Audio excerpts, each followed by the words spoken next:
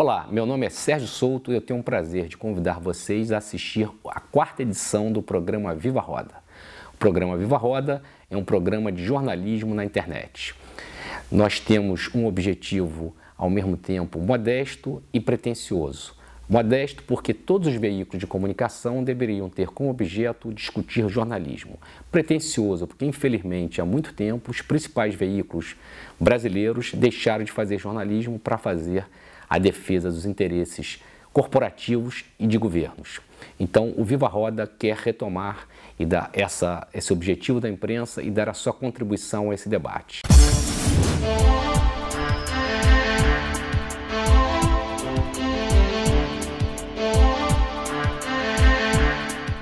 O entrevistado desta edição do Viva Roda vai ser o ex-chanceler Celso Amorim.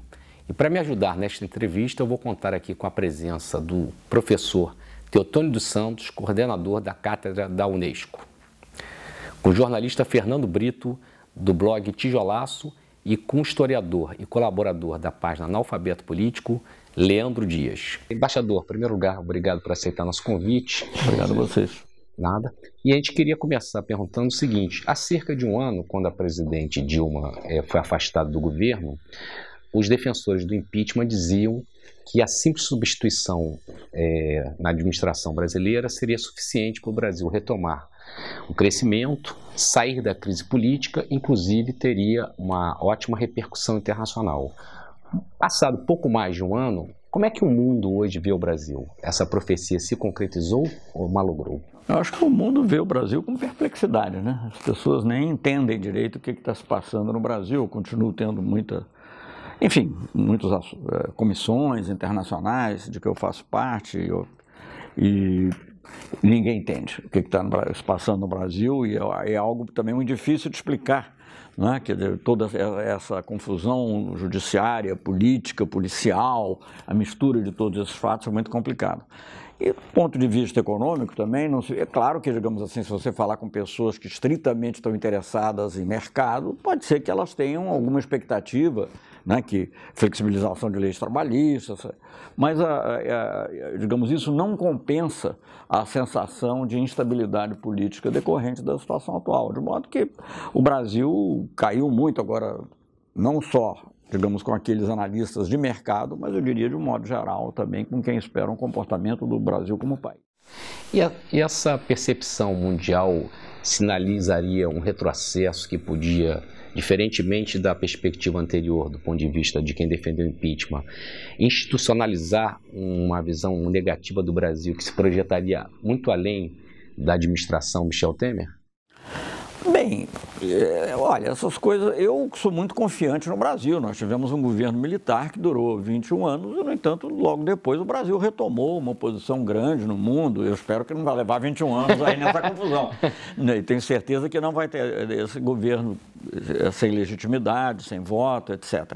Mas, enfim, durante algum tempo, creio que sim, porque haverá essa, digamos assim, dúvida sobre a confiabilidade por exemplo, nós nos encarregamos de dar tiros no pé. Não estou dizendo que, digamos, as coisas erradas não tenham que ser punidas. Sim, certamente, mas ninguém veio o governo alemão ou a justiça alemã fazendo propaganda contra a Volkswagen porque houve um software lá que não estava correto do ponto de vista ambiental, que tinha havido uma fraude, né? A mesma coisa quando teve um problema com a Rachel nos Estados Unidos, o governo americano, a justiça americana não ficou fazendo, nem veio dividir os dados, compartilhar os dados com a justiça brasileira a respeito disso, embora o Brasil fosse objeto também o Brasil não, as atividades no Brasil também fossem objeto da investigação. Então, quer dizer, nós somos assim muito especialistas, aqui nas nossas conversas antes estávamos falando de Nelson Rodrigues, por causa desse espírito de vira-lata, esse complexo de vira-lata, de nos encarregarmos de fazermos nós mesmos mal para o país. Eu digo a elite brasileira, não estou falando do povo. E isso, por algum tempo, perdurará. Eu costumo dizer, por exemplo, se eu fosse presidente de um país latino-americano, de um pequeno país centro-americano, eu hesitaria muito antes de fazer qualquer compra importante no Brasil com financiamento do BNDES, porque mesmo que não ocorra nada errado, vamos colocar uma suspeita e a suspeita vai para a imprensa antes de ser investigada e tudo isso deixa as pessoas fragilizadas. Vamos ver agora uma pergunta do professor Teotônio dos Santos, Bom, eu creio que vivemos realmente um momento extremamente difícil, mas ele não é só brasileiro. Eu acho que ele é parte de um processo mais amplo, porque nós assistimos ofensivas da direita muito fortes, utilizando métodos parecidos a que se utilizaram no Brasil, para derrubar governos ou para conseguir vitórias eleitorais difíceis que foram conseguidas a partir dessas mobilizações, etc.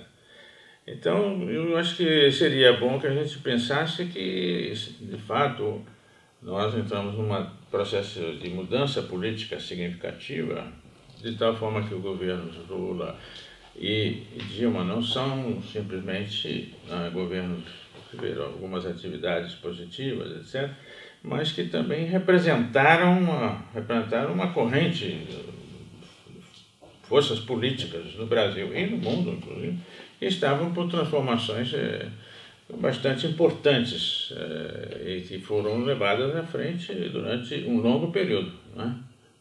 12 anos de governo para nós é já um bom, vai chegar a 15 anos e podíamos ter chegado a 18, 20, fantástico, né? Agora, então eu acho que talvez nós tenhamos que insistir um pouco nesse aspecto para mostrar que esse movimento tem um conteúdo reacionário, um conteúdo que vai contra as transformações que nós vivemos. Eu não sei se o nosso embaixador e ministro está de acordo com essa linha de pensamento. Eu concordo inteiramente com a análise. É claro que, digamos, eu gosto muito de citar aquela frase inicial da Ana Karenina, dá a impressão até que eu só li a primeira linha, mas na realidade a frase é muito boa, né, de que todas as famílias felizes se parecem, mas cada família infeliz é infeliz à sua maneira, mais ou menos assim. Então, em cada país as coisas ocorreram de uma forma como você salientou. Agora, não há dúvida que há, digamos, uma onda reacionária, no sentido, aliás, próprio da palavra, né, de uma reação contra os avanços progressistas que foram feitos em vários países, sobretudo aqui na América do Sul, né, isso foi muito evidente na América do Sul, e também os esforços de integração sul-americana. Não é à toa que as coisas hoje em dia procuram novamente separar, né, e você até quando ouve assim certos fatos que são noticiados, mal noticiados, de modo que a gente nem sabe muito bem como é, mas, por exemplo, exercícios militares em que vem aqui, ainda que sejam observadores norte-americanos, no momento de tensão com a Venezuela. Então, quer dizer, há um objetivo duplo, a meu ver, digamos, de afastar ou debilitar os governos progressistas e, ao mesmo tempo, dividir a região. Quer dizer, eu acho que durante algum tempo, talvez até no caso da potência hegemônica, está muito ocupada com outros assuntos no Oriente Médio e outras partes do mundo, nós pudemos trabalhar muito pela integração da América do Sul e da América Latina, num sentido progressista, em que até os governos conservadores se aliavam do ponto de vista, digamos assim, da visão mais global, a alguns aspectos dessa visão progressista. E isso, obviamente, incomodou muito. Num primeiro momento, não foi objeto de uma reação imediata, mas agora está sendo. Concordo totalmente com a sua análise. Vamos ver agora uma pergunta do Fernando Brito, do blog Tijolaço. Ministro, o senhor foi chanceler, mas também foi ministro da Defesa, duas áreas próximas. Ele já tocou aí rapidamente numa questão que certamente é objeto de preocupações, a questão da participação de efetivos de tropas norte-americanas em exercícios militares na Amazônia. E eu queria acrescentar a questão da desaceleração ou quase paralisação de programas importantes para as nossas Forças Armadas, como é o caso do submarino nuclear. O senhor acredita que existe dentro do meio militar brasileiro hoje, continua havendo uma prevalência daqueles que enxergam a preparação e a atividade da força militar mais como a da manutenção da ordem interna, ou já começa a se criar um desconforto naqueles que veem a necessidade do Brasil proteger suas riquezas num mundo conflitado como nós temos hoje? Olha, eu não posso dizer como é que está hoje exatamente. É claro que eu sou amigo de alguns militares que trabalharam comigo, eu não fui ministro da Defesa, mas eu também, até para não constrangê-los, não fico fazendo perguntas muito específicas. eu sinto que há, naturalmente, um incômodo com a desaceleração de alguns projetos, alguns até foram colocados, por exemplo, um projeto muito importante, que era a parte de defesa antiaérea brasileira, que nós estávamos fazendo juntamente com a Rússia, né, para termos até essa diversificação de parceiros, o submarino com a França, os aviões da Suécia, os americanos já temos muitas coisas de qualquer forma. Eu diria que durante esse período do governo Lula, que eu era ministro do exterior, mas pude acompanhar um pouco, e no período do governo Dilma, primeiro mandato principalmente, houve um esforço nítido de levar os militares, ou digamos, de trabalhar, contribuir para que os militares vissem a sua função prioritária, que é a defesa do país contra ameaças externas reais, não os antigos inimigos externos e internos ao mesmo tempo. Ameaças que não tem, aliás, não tem nome, né? Porque você não tem que designar quem vai ser, é uma situação como, aliás, foi o que ocorreu na Segunda Guerra Mundial, né? Que vocês são, talvez o Tony historiador sabe que o Brasil não era inimigo de A ou de B, independentemente do juízo que possa fazer sobre os regimes. Mas a Segunda Guerra acabou nos afetando. E a mesma coisa pode acontecer numa situação de choque entre duas superpotências ou outras superpotências. Então, nós temos que estar preparados a defender os nossos recursos, que podem ser objeto de cobiça nessa situação, não é? Sobretudo numa situação de conflito. Há muitos estudos que falam da futura escassez de recursos naturais, energia, água doce, enfim, água potável. E biodiversidade, tudo isso que o Brasil, capacidade de produção de alimentos, tudo isso pode ser afetado. Então o Brasil tem que estar preparado. E eu acho que os militares se imbuíram muito ao longo dos últimos anos dessa função. Sempre houve um pouco, digamos assim, da preocupação com a ordem interna, até pela carência das nossas polícias. Então, quando você tinha uma coisa feita Copa do Mundo, Olimpíadas, eu não estava mais lá, mas digamos assim, essa preocupação de que as Forças Armadas pudessem ajudar, como ajudaram em outros países. Aliás, no Reino Unido aconteceu isso, na Olimpíada lá. Agora, eu fico um pouco preocupado atualmente com uma ênfase que eu mais ou menos intuo, não tenho muita informação, na ordem, em questões ligadas à ordem interna, né? Houve essa invocação das Forças Armadas pelo Temer e, na realidade, estavam presentes o ministro da Defesa, mas também, significativamente, o chefe do gabinete institucional, que é um general. Então, essas coisas nos deixam um pouquinho preocupados, porque aí já é a ordem interna no sentido político, não é proteger um evento como a Copa do Mundo, como a Olimpíada, enfim. Então, eu acho que isso é preocupante. Agora, eu não posso dizer se isso é um pensamento dominante. Eu tenho a sensação que não. Mas eu volto para a questão agora do diplomata, Celso Amorim. O mundo de hoje ainda permite imaginar que, mesmo temporárias, possam existir soluções políticas militares? Dentro do país, eu de jeito nenhum. Acho que isso é o que tenho a impressão que os militares já entendem que não. Eles podem ser, digamos, eles podem eventualmente ser usados, né, por uma força interna, inclusive, né, que acha que a perturbação da ordem passou do limite. Aí se coloca um problema complexo para a mentalidade militar, porque eles têm que obedecer à chefia também. Então, vão fazer um julgamento próprio. Essa é uma situação complexa. Agora, golpe militar, como aconteceu nos anos 60, 70 na América Latina, isso eu não acredito que ocorra, não. Há outras forças que estão sendo usadas para isso. Vamos passar para o Leandro Dias, também historiador e do Facebook, da página do Facebook do Analfabeto Político. Então, ministro, aproveitando... Fica me chamando muito de ministro, não fico sempre dizendo que eu sou ex-ministro, porque hoje em dia isso é muito importante. Aproveitando o gancho do assunto da segurança nacional, a gente teve alguns casos ao longo dos anos 2010, mas principalmente com as revelações da Wikileaks em 2013, que a alta cúpula do nosso governo e das nossas principais estatais estavam sistematicamente grampeadas.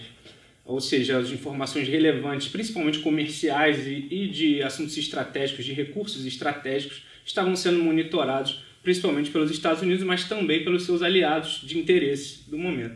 A minha pergunta seria: o que foi feito ou poderia ter sido feito para evitar isso? E você acredita que isso continue? Eu também acredito, mas O que o Brasil pode fazer para evitar isso no médio e longo prazo? Evitar de todo, acho que talvez seja muito difícil para quem quer que seja, porque nós vemos isso ocorrer entre as grandes, maiores potências mundiais. Mas o que nós estávamos tentando fazer no Ministério da Defesa, na realidade, é definido como uma das áreas estratégicas na Estratégia Nacional de Defesa, que foi, aliás, antes de eu ser ministro, já estava colocado lá, uma das áreas é cibernética, e a defesa cibernética, que é realmente importantíssima no mundo de hoje. Quer dizer, houve um episódio recente aí, até que paralisou hospitais, mas é um episódio todo discutível, mas enfim, mas seja como for, isso demonstraria, e tinha um ministro americano, o secretário da Defesa, Leon Panetta, que dizia que os Estados Unidos estaria sujeito, os Estados Unidos, não somos nós não, a um Pearl Harbor cibernético. Então é preciso estar atento. E obviamente o episódio da espionagem deixou claríssimo de que isso não era só uma hipótese, mas era algo que estava ocorrendo. Quer dizer, qual é o limite que você tem entre a espionagem e o ataque é uma coisa difícil de definir. Naquele caso não chegou a ser um ataque no sentido, digamos, de desabilitar a setores brasileiros, mas a espionagem permite depois se desabilitar por outras formas, né? E não é também à toa, creio eu, que era Petrobras, o Ministério de Energia, a presidenta. Isso nós soubemos pelas revelações do Snowden e depois na Wikileaks também, outras até sobre a área comercial, inclusive essas empresas todas brasileiras operando no exterior, operação. Enfim, eu não acho que essas coisas sejam gratuitas, né? Aquela história de... Né, sou muito velho para acreditar em coincidência. Né? Eu prefiro a frase do Milor Fernandes, o fato de eu ser paranoico não quer dizer que eu não esteja sendo perseguido. Né? Então, e eu acho que você tem que defender, e nós tratamos de fazer isso. Claro que é muito difícil e precisa de muito esforço durante muito tempo para desenvolver empresas brasileiras, porque se você pegar a maioria dos setores não diretamente ligados à defesa ou às relações exteriores, mesmo alguns dentro desses setores, eles vão dizer, não, mas a solução IBM é mais barata, a solução Microsoft é mais barata, e não é mais fácil, eu estou acostumado e tal. O fato é que, não estou falando mal dessas empresas necessariamente, elas têm obrigação pela legislação americana a entregar dados, né? Tem o famoso backdoor, né, que é utilizado. Então, nós tentamos começar a fazer alguma coisa. Uma das poucas coisas que eu sei em termos legais que foi feito ainda na época da presidenta Dilma, e eu era ministro da Defesa, fui um dos que assinei, não foi nem... era a questão de usar software brasileiro, aliás, feito pelo SERPRO, que é uma empresa do Estado, para as comunicações entre os ministérios. Ouço dizer, eu não posso ter certeza porque eu não estou, ouço dizer que isso foi abandonado, que se preferiu uma solução Microsoft mais barata. Há pouco tempo, também não sei qual foi a solução da área, eu estou baseado apenas em relatos de imprensa, mas alguma coisa ali, pelo menos onde há fumaça a fogo, também uma das coisas que nós procuramos fazer foi habilitar empresas de software nacionais. Por exemplo, os dados de satélite serem analisados através de softwares nacionais. E ouço dizer que se quis abrir uma concorrência internacional para baratear o custo, e que até a aeronáutica foi contra. Qual foi a solução que afinal chegou, não sei, porque essas coisas ficam meio perdidas, eu não estou mais lá dentro, não sei. Mas são riscos muito grandes e o Brasil tem que se preparar para eles. Mesmo atualmente, nossos dados passam por satélites estrangeiros alugados. E mesmo que você... Bom, primeiro que, de qualquer maneira, eles talvez tivessem alguma capacidade de pegar. Mas, vamos dizer, o satélite era da Embratel. A Embratel não estava... Não, mas a Embratel era de uma empresa estatal. Era uma empresa estatal brasileira, mas hoje pertence ao SLIM. Por isso é que foi feito agora, foi mandado um satélite. Se lá dentro desse satélite tem um backdoor, não sei, porque é difícil. Não, mas foi feito com a França, em cooperação, pelo menos diminui um pouco, porque o que existe, como você dependendo do satélite estrangeiro, que eles podem, em um minuto, não só pegar, pode desabilitar todas as nossas comunicações mais importantes. Nós estamos encerrando aqui o primeiro bloco, mas já voltamos já com o segundo bloco, com perguntas dos jornalistas Luiz Nassif, Helena Chagas e do senador Roberto Requião. Vamos discutir aqui a questão dos BRICS e a questão do processo de desindustrialização do Brasil. A gente volta já, é só um instantinho.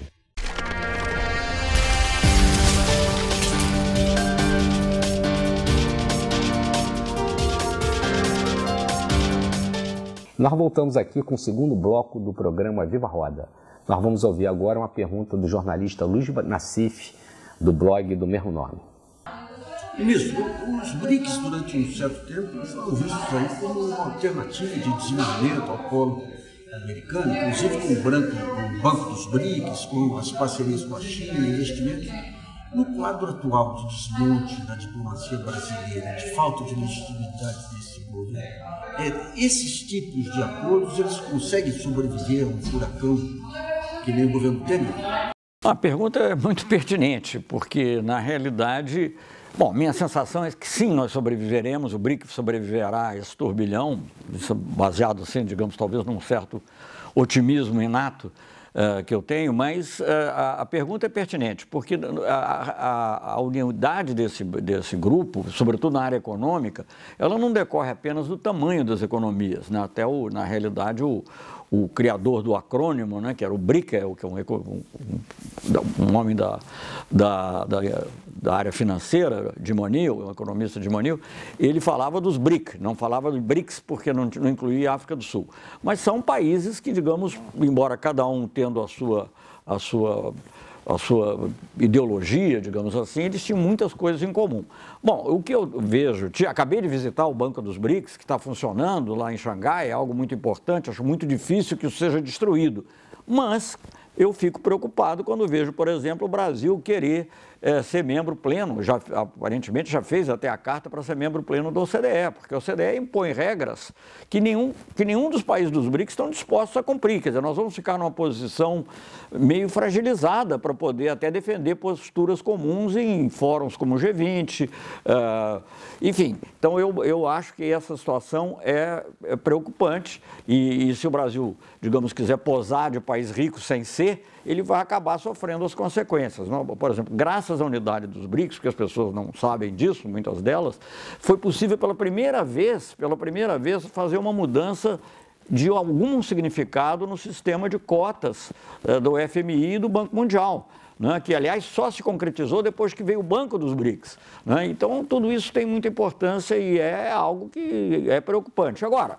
por outro lado, também são economias muito fortes. Vejam bem, por que eu digo isso? Porque não é só o tamanho da economia. A economia do México ela é muito maior do que a economia da África do Sul. No entanto, o México não está nos BRICS e está na OCDE. Então, quer dizer, o Brasil, em algum momento, vai ter que... Nós vivemos num mundo plural, né, em que você pode ter várias associações e várias parcerias, mas se você fizer a opção por um sistema de regras como o da OCDE, você vai se situar num plano geopolítico que não é o mesmo dos BRICS. Nenhum dos países dos BRICS, todos eles, como o Brasil, aliás, mais a Indonésia também, tem parcerias estratégicas, ou parcerias-chave com a OCDE, mas nenhum deles é membro pleno. A Rússia chegou a fazer uma aplicação, um requerimento, mas até hoje está congelado. Então, isso em si, digamos assim, das decisões imediatas, é a que mais afeta. Poderia dar um exemplo de algum tipo de exigência da OCDE que seria incompatível com os BRICS? Eu acho que é mais a maneira de se colocar geopoliticamente e geoeconomicamente. Quando os BRICS estavam ainda em processo de criação, eu era ministro das Relações Exteriores do Brasil, e uma vez alguém me perguntou, mas afinal das contas, o que os BRICS têm em comum? Eu digo, bom, a primeira coisa que nós temos em comum é que nós todos discordamos do G7, que era o grupo de países ricos. Então, isso já é uma coisa em comum. Agora, além disso, por exemplo, a área de saúde, que eu tenho tratado dela, são países que aplicam licença compulsória, produzem medicamentos genéricos em escalas diferentes, mas fazem isso. Então, se você for seguir as regras de propriedade intelectual estritas, que a OCDE subscreve, torna mais difícil. É claro que a OCDE não é um órgão como a OMC, que vai ter uma retaliação imediata, mas você sabe que a simples crítica dos seus pares já é uma censura, já é uma sanção. Então, eu acho que isso é uma coisa que pode ser afetada. Políticas de compra governamental, se você resolver fazer um acordo, por exemplo, o uso de moeda comum, por exemplo, não sei se vai fazer entre o Brasil e a China, ou o Brasil e a Rússia, a OCDE vai achar ruim, e aí o Brasil não vai querer ficar mal com a OCDE, então essas coisas se tornam mais difíceis. Resumidamente, podia dizer que o Brasil, em vez de ser a cabeça da sardinha, corre o risco de ser o rabo do tubarão e ser engolido por muitos tubarões. O problema não é nem ser o rabo do tubarão, é gostar disso. Nós vamos ouvir agora, então, a pergunta da jornalista Helena Chagas, do site Os Divergentes. Olá, eu acho que a minha pergunta é muito mais para o professor Celso Amorim do que para o diplomata. Ministro, nos últimos anos o Brasil e o mundo caminharam muito para a direita, sobretudo desde que o senhor saiu do governo. Aqui no Brasil, a política externa sofreu um verdadeiro cavalo de pau. Os organismos que o Brasil fazia parte, com relações Sul-Sul, como o Mercosul, a Unasul, outros organismos como os BRICS foram esvaziados, até mesmo embaixadas que o senhor montou, criou em países africanos, em lugares mais longínquos, estão sendo desativadas, sem falar em toda a mudança na economia e em outros setores do governo. A minha pergunta é: por que a esquerda não soube manter as suas conquistas? E quando isso poderá ser retomado? Helena, a esquerda não tem conseguido manter essas conquistas, como não tem conseguido manter outras. Nós estamos vendo uma reversão geral em várias conquistas sociais, algumas até que têm 70, 80 anos, como a legislação trabalhista, e outras mais recentes. Algumas de maneira mais clara, outras de maneira mais disfarçada. Por exemplo, também a política, digamos, de alavancar a indústria brasileira através de compras por instituições do Estado, como a Petrobras, que hoje em dia é essencial para a industrialização do país.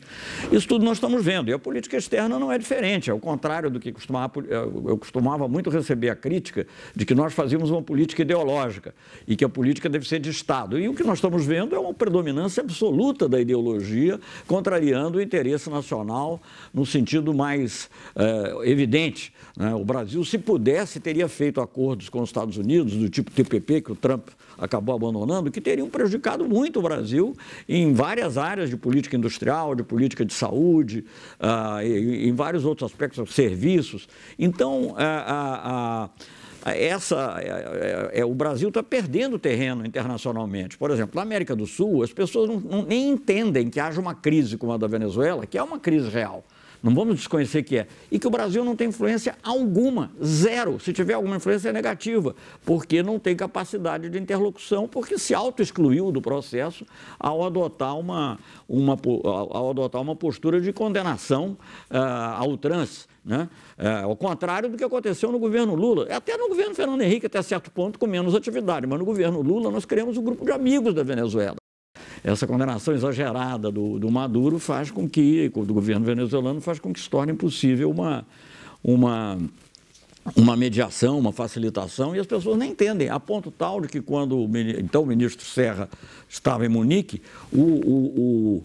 o secretário de Estado norte-americano disse: não, nós precisamos da sua ajuda na Venezuela, porque aparentemente está mal informado, né? Porque, apesar de toda a NSA e CIA, tem que falar que nem o Humphrey Bogart no Casablanca, eu estava mal informado quando disse que foi procurar as águas lá em Casablanca. Então, é algo muito difícil. Mas, então, toda essa, digamos, capacidade do diálogo que permitiu ao Brasil ter uma influência muito grande nos mais variados fóruns, isso desapareceu. Agora, eu sou muito confiante que isso voltará quando nós conseguirmos um governo legítimo. E eu espero que seja um governo legítimo e progressista, mas pelo menos legítimo. Existe aí um aspecto também de realismo econômico. A China, quando o Brasil dá a volta no começo de 2001, 2002 para o comércio com a China, ele não fez uma opção ideológica, foi uma opção comercial.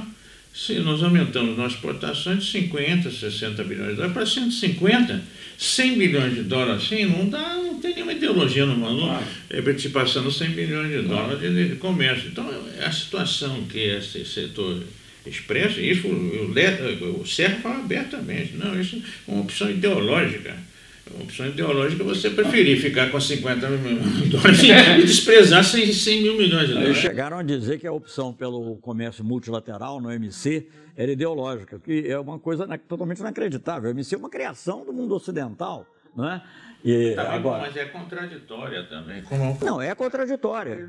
Se os estados todos se reúnem para poder assegurar um livre comércio, não é exatamente um caso de livre comércio, é um caso... Não, mas é mais equilibrado do que você negociar uma ALCA com os Estados Unidos, ou tipo o TPP, que você tem mais chance de... Então isso eles eram contra, é uma coisa incrível. E Mercosul também, que não tem nada de ideológico. As pessoas falam do Mercosul e da integração sul-americana sem entender que a coisa mais importante é a paz na nossa região. não é? E aí, enfim, era esse um pouco o comentário. Nós vamos ouvir agora a pergunta do senador Roberto Requião. Celso Amorim, grande chanceler do nosso Brasil. Na década de 80, 90, o nosso Brasil produzia industrialmente mais do que a Malásia, a Tailândia, a Coreia do Sul e a China. O general Vilas Boas, comandante do Exército Brasileiro, numa conferência do CEUB, dizia que nós perdemos este caminho da industrialização, porque hoje nós não produzimos mais sequer 15% do que produzem esses países, os famosos tigres asiáticos. Ele disse que nós perdemos o barco do desenvolvimento porque mergulhamos de cabeça na Guerra Fria ideológica, o liberalismo, o suposto liberalismo norte-americano e o comunismo soviético. Hoje isso acabou, mas o general nos adverte que nós podemos estar entrando em outra Guerra Fria, geopolítica agora. Os interesses dos capitais que dominam os Estados Unidos e os interesses de outros países como a Rússia, mas interesses geopolíticos e não ideológicos. O que pode o nosso Brasil, a nível da diplomacia, do seu posicionamento no mundo, fazer para que não caiamos novamente numa armadilha como essa?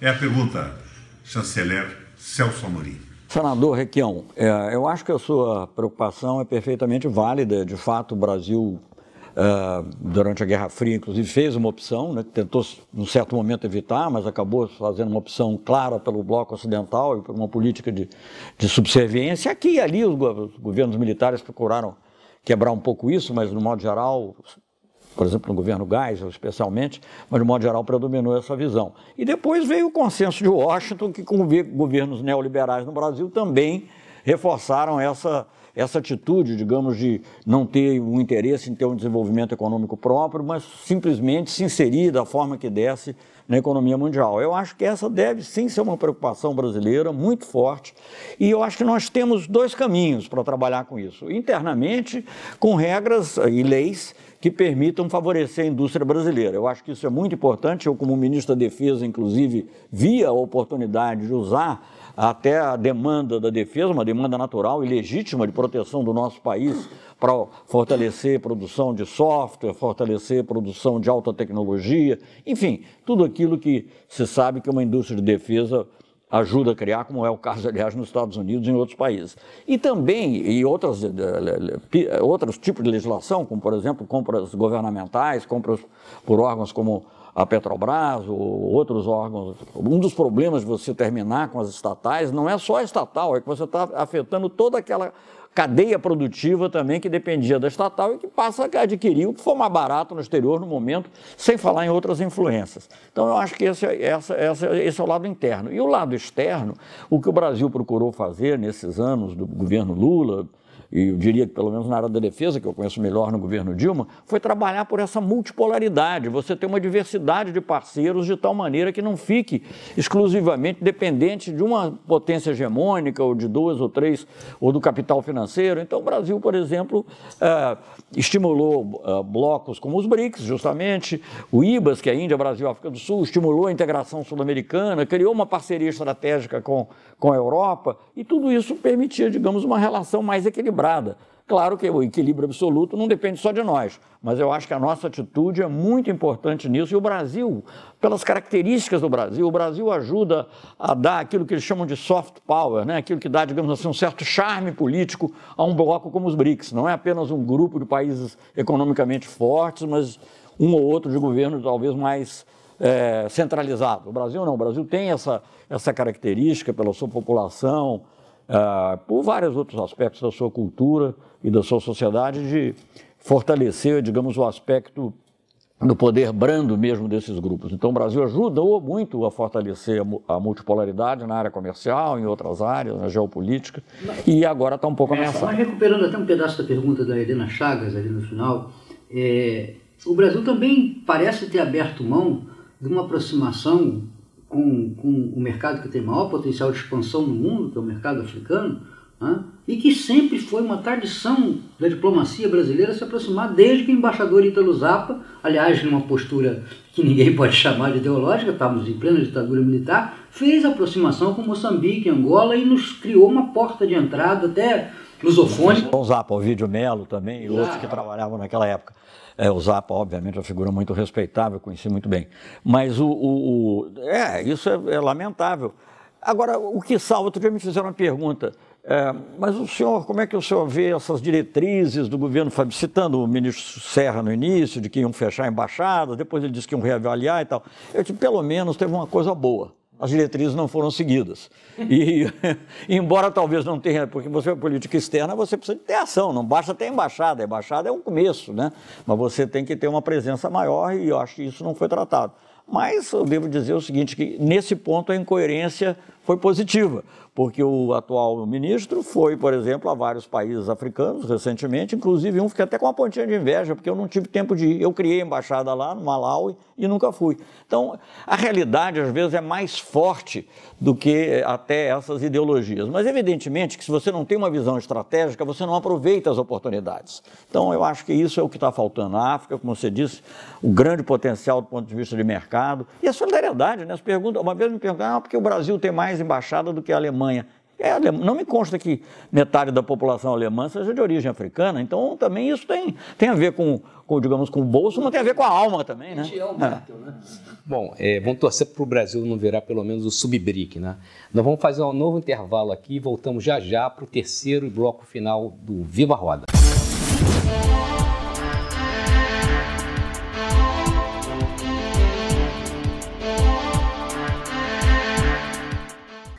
Bom, nós voltamos aqui para o terceiro bloco do Viva Roda, com o nosso embaixador Celso Amorim. Embaixador, eu queria colocar uma questão da economia global, que ainda não foi muito tocada.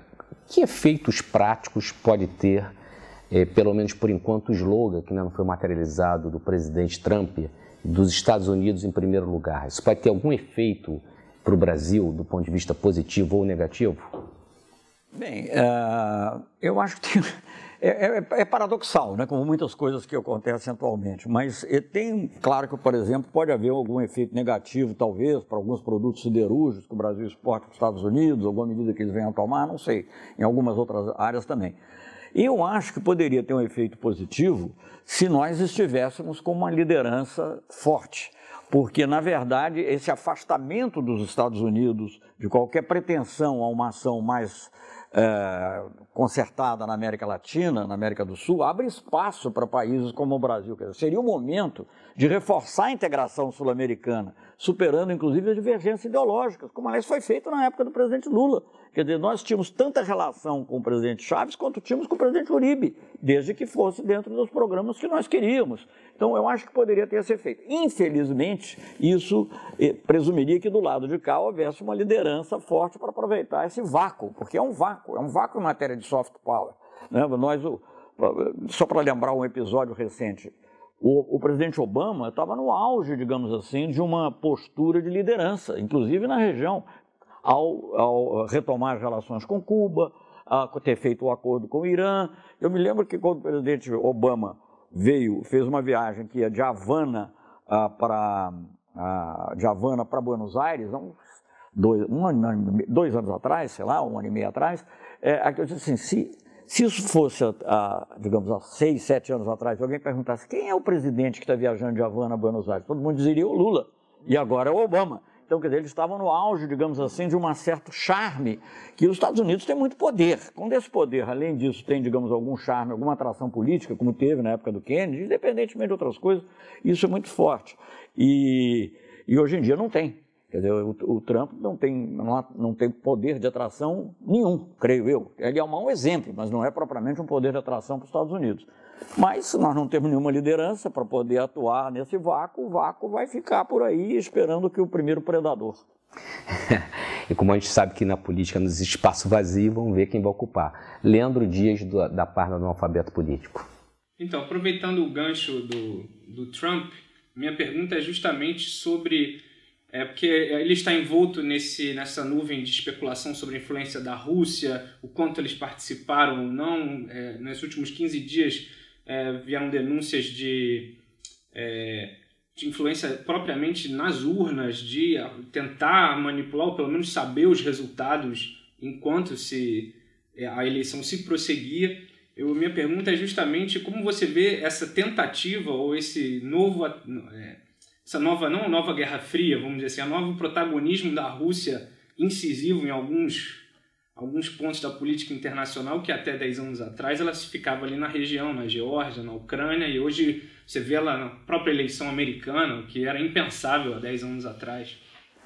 Bem, eu acho que não há dúvida que a Rússia, sendo uma grande potência mundial, inclusive um dos países que tem arma nuclear, que tem capacidade de destruição nuclear muito grande, ele está tentando recuperar um certo nível de influência política que teve no tempo da União Soviética. Ela tinha também, por outras formas, mas tinha muita influência política, que perdeu muito, porque havia quase que uma obsessão, logo que terminou a União Soviética, em imitar tudo que era do Ocidente. No período Yeltsin, um período de decadência, de influência russa muito forte, que, enfim, aos poucos, o país é muito grande, muito forte, voltou. Quanto a esse uso desses meios informatizados para influir, eu não sei, é muito difícil você ter certeza do que é dito. Pode ser que tenha tido, os países defendem seus interesses das formas mais variadas e da mesma maneira que os Estados Unidos devem ter tentado influir em muitas outras eleições, em outros movimentos políticos não eleitorais em outras partes do mundo, né? Mas, enfim, mesmo, digamos, eu acho que é um pouco perigoso. O que eu vejo é o seguinte: os Estados Unidos é um país muito complexo, não é? Você não pode dizer o presidente assim. Então, eu acho que há nos Estados Unidos, sobretudo, digamos, o establishment de defesa e o establishment ligado à intelligence, né? É uma necessidade de ter um inimigo. Porque senão não se justificaria. Então, eu não sei até que ponto isso não é aumentado, entendeu? Eu estou aqui fazendo uma especulação, não tenho base real, nem essas investigações nos Estados Unidos terminaram. Agora, que é um pouco estranho, né? Quer dizer, agora, enfim, também diziam que a Rússia estava influindo lá na eleição francesa, que estava apoiando a Marine Le Pen, que foi derrotada de maneira fragorosa. Então, eu acho isso uma coisa para ver com grão de sal. Fernando Brito, do Tijolaço. Continuando um pouco nessa seara do mundo de hoje, do confuso mundo de hoje, né, eu queria saber a sua opinião sobre 3 questões. A primeira, a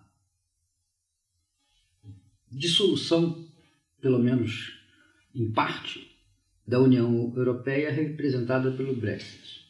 A segunda, sobre esse fenômeno de pulverização de estruturas políticas, algumas centenárias de representação política nos países da Europa, né? Notadamente na França, onde você teve uma situação de terra arrasada em relação ao Partido Socialista, em relação até à União pour la République e outros. E, em terceiro lugar, pelo ressurgimento de algo que tinha ficado minimizado durante o período Obama, o ressurgimento do anti-americanismo no mundo, né, e do anti-trumpismo dentro dos Estados Unidos, numa demonstração de que existe ao que parece, luta sem quartel entre o sistema de comunicação e a inteligência americana e o controle do governo pelo Trump. Bom, são muitos problemas que você está mencionando num conjunto de 3 perguntas, mas na realidade é muito mais complexo. Eu acho, digamos, tentando responder um pouquinho, eu acho que há, sem dúvida alguma, um aspecto que é digamos assim, o que eu chamei até numa entrevista, acabou sendo o título da matéria, o mal-estar com a globalização, né? Há um cansaço com a globalização. O que se pretendeu antes, digamos, nessa falsa utopia neoliberal que havia antes, é que tudo estava caminhando bem, que mesmo os mais pobres estavam melhorando um pouquinho, etc., embora as desigualdades estivessem aumentando, inclusive nos Estados Unidos, isso é um fato real. E digamos, isso em grande parte não era verdade, quer dizer, tinha muitos setores que estavam ficando para trás. Setores, inclusive, que historicamente, em alguns lugares, como na França, votavam pela esquerda e que passaram a encontrar algum eco Agora, felizmente, mudou um pouquinho, mas que encontraram algum eco na direita, porque, digamos, eram trabalhadores e que estavam, por alguma razão, se sentindo desconsiderados, né? E isso também ocorreu na Inglaterra. Quer dizer, muitas das pessoas que votaram pelo Brexit, muitas eram, digamos, anti-imigrante, tinha uma coisa racista também dentro disso, esse ódio que cresceu também nessas situações de crise e tudo. Mas muitos não, muitos eram simplesmente trabalhadores que achavam que não estavam tendo o tratamento adequado, que não estavam ganhando muito, né? E tudo isso foi capitalizado por um nacionalismo de direita.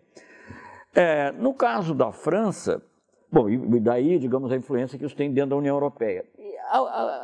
Digamos que o Reino Unido, a Inglaterra, sempre foi um país meio especial dentro da União Europeia, porque eles, digamos assim, ficavam sempre meio divididos entre a aliança prioritária, a aliança especial com os Estados Unidos e a presença na União Europeia. Isso se fez sentir em vários momentos, em várias ações que o Reino Unido tomou. Por outro lado, sem dúvida alguma, é importante como uma força de diversificação na União Europeia, para que não haja o domínio de um único país também.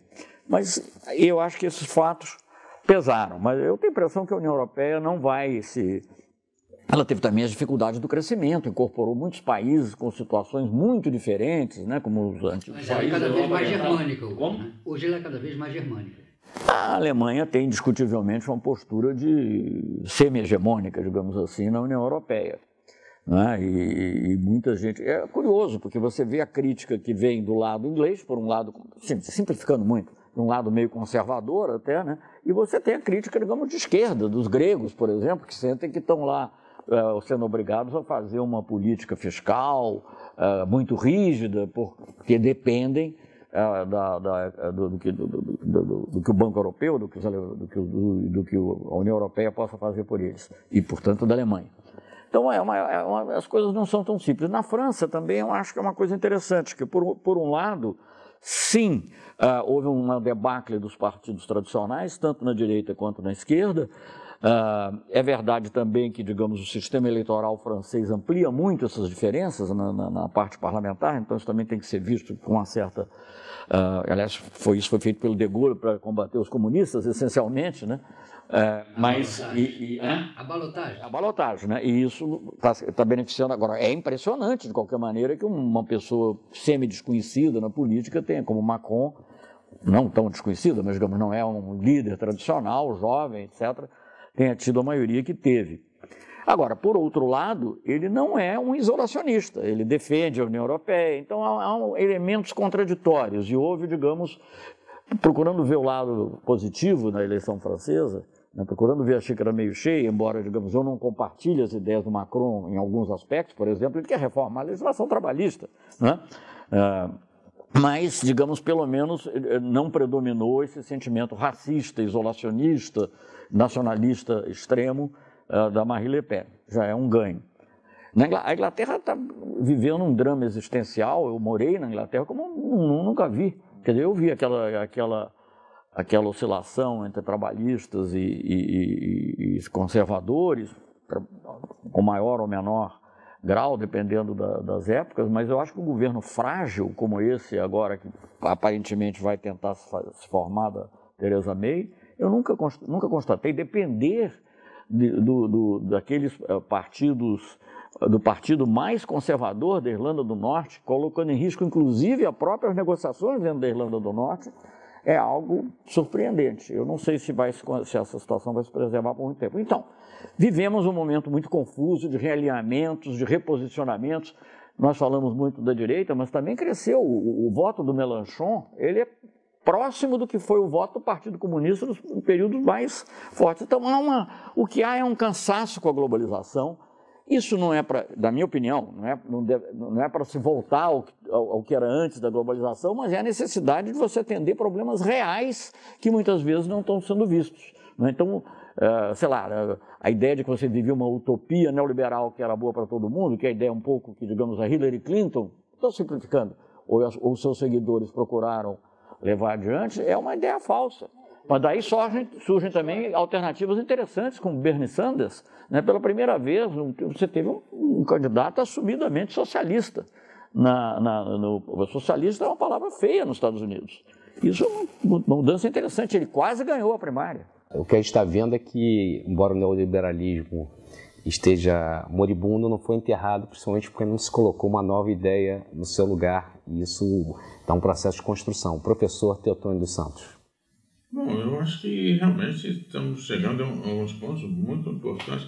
Esse aspecto de verdade, essa palavra um pouco feia, até se inventou uma forma nova de verdade, não é isso? Que a imprensa e os meios de comunicação representam, né? Pós-verdade. E toda essa ideia de que tudo marchava bem. Pelo contrário, os fatos não mostravam isso, mas a resposta era, não, mas estão mudando a situação. Os Estados Unidos cresceu há 2 anos, 3 anos atrás, a 2% ao ano. Então, é uma demonstração que os Estados Unidos estavam voltando a crescer porque estava em 1,5%, 1,2%. Porque num ano ele teve 2 e pouco, 2,3%.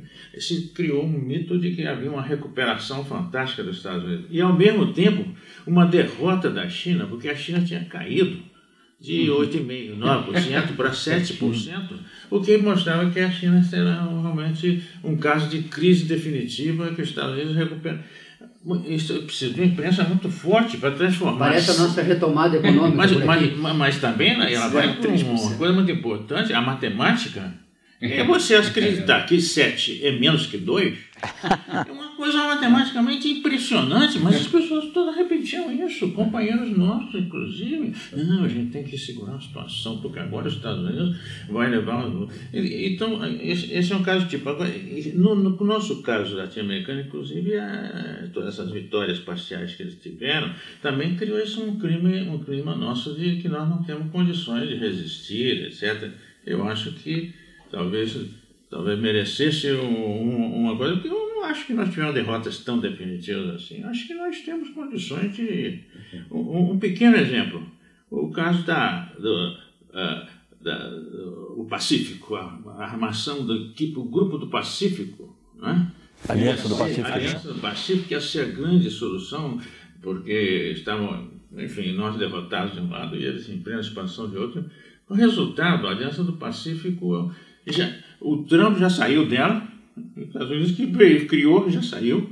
Mesmo porque os Estados Unidos não pode aumentar nada a sua demanda. Os Estados Unidos tem hoje uma dívida superior ao seu PIB. Os Estados Unidos estão com uma dívida de 19 trilhões de dólares com um PIB de 18. Então, por onde que os Estados Unidos vai conseguir aumentar sua demanda para fortalecer esse grupo?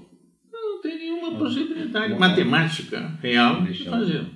Uma coisa curiosa, inclusive, você falou mais amplamente da parceria Transpacífico, e eu costumo dizer o seguinte: o mesmo relógio parado está certo 2 vezes por dia.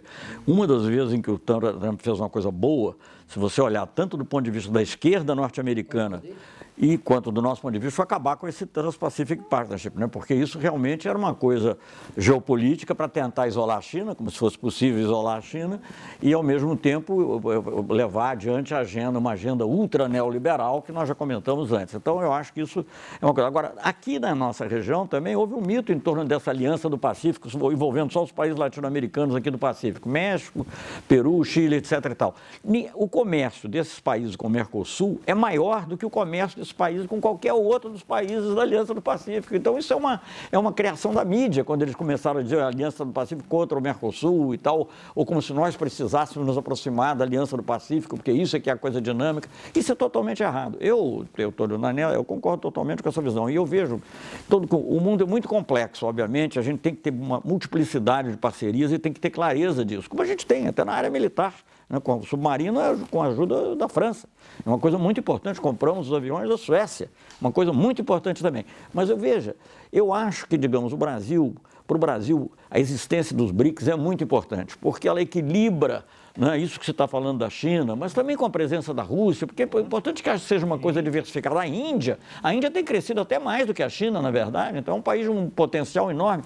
E, ao mesmo tempo, isso fortalece a integração sul-americana. A presidenta Dilma, que é tão criticada às vezes, inclusive na parte política externa, porque algumas coisas ela não deu a mesma atenção, é preciso reconhecer que o Lula deu, mas ela fez uma coisa muito interessante, que quando houve aqui a reunião dos BRICS, ela fez o convite a todos os sul-americanos a também estarem presentes, porque os BRICS fortalecem a integração sul-americana, a existência dos BRICS, e a integração sul-americana fortalece a nossa posição nos BRICS. Então, eu acho que você tem que trabalhar estrategicamente com essas coisas e não ter uma visão assim subalterna, de aceitar aquilo que a mídia, num primeiro momento, te disse, ou que, na realidade, às vezes não é nem a opinião da mídia, é uma opinião que veio de fora, né? E que ele é simplesmente aceita e acatada como se fosse verdade absoluta. Então, é essa história. Uma reforma da matemática tão também, né?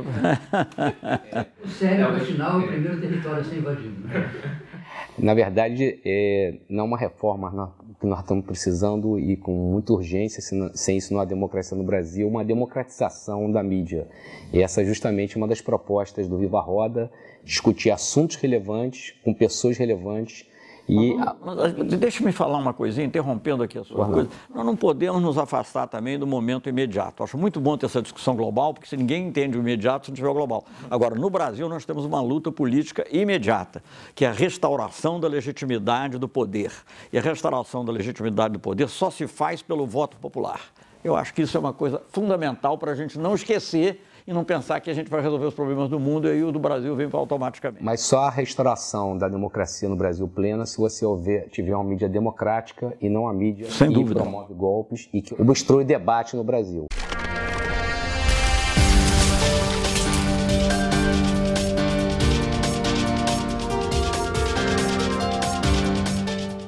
Nós terminamos aqui a 4ª edição do programa Viva Roda. Quer saber mais sobre o nosso programa? Visite o nosso canal youtube.com/Viva Roda. A gente se vê lá. Um abraço.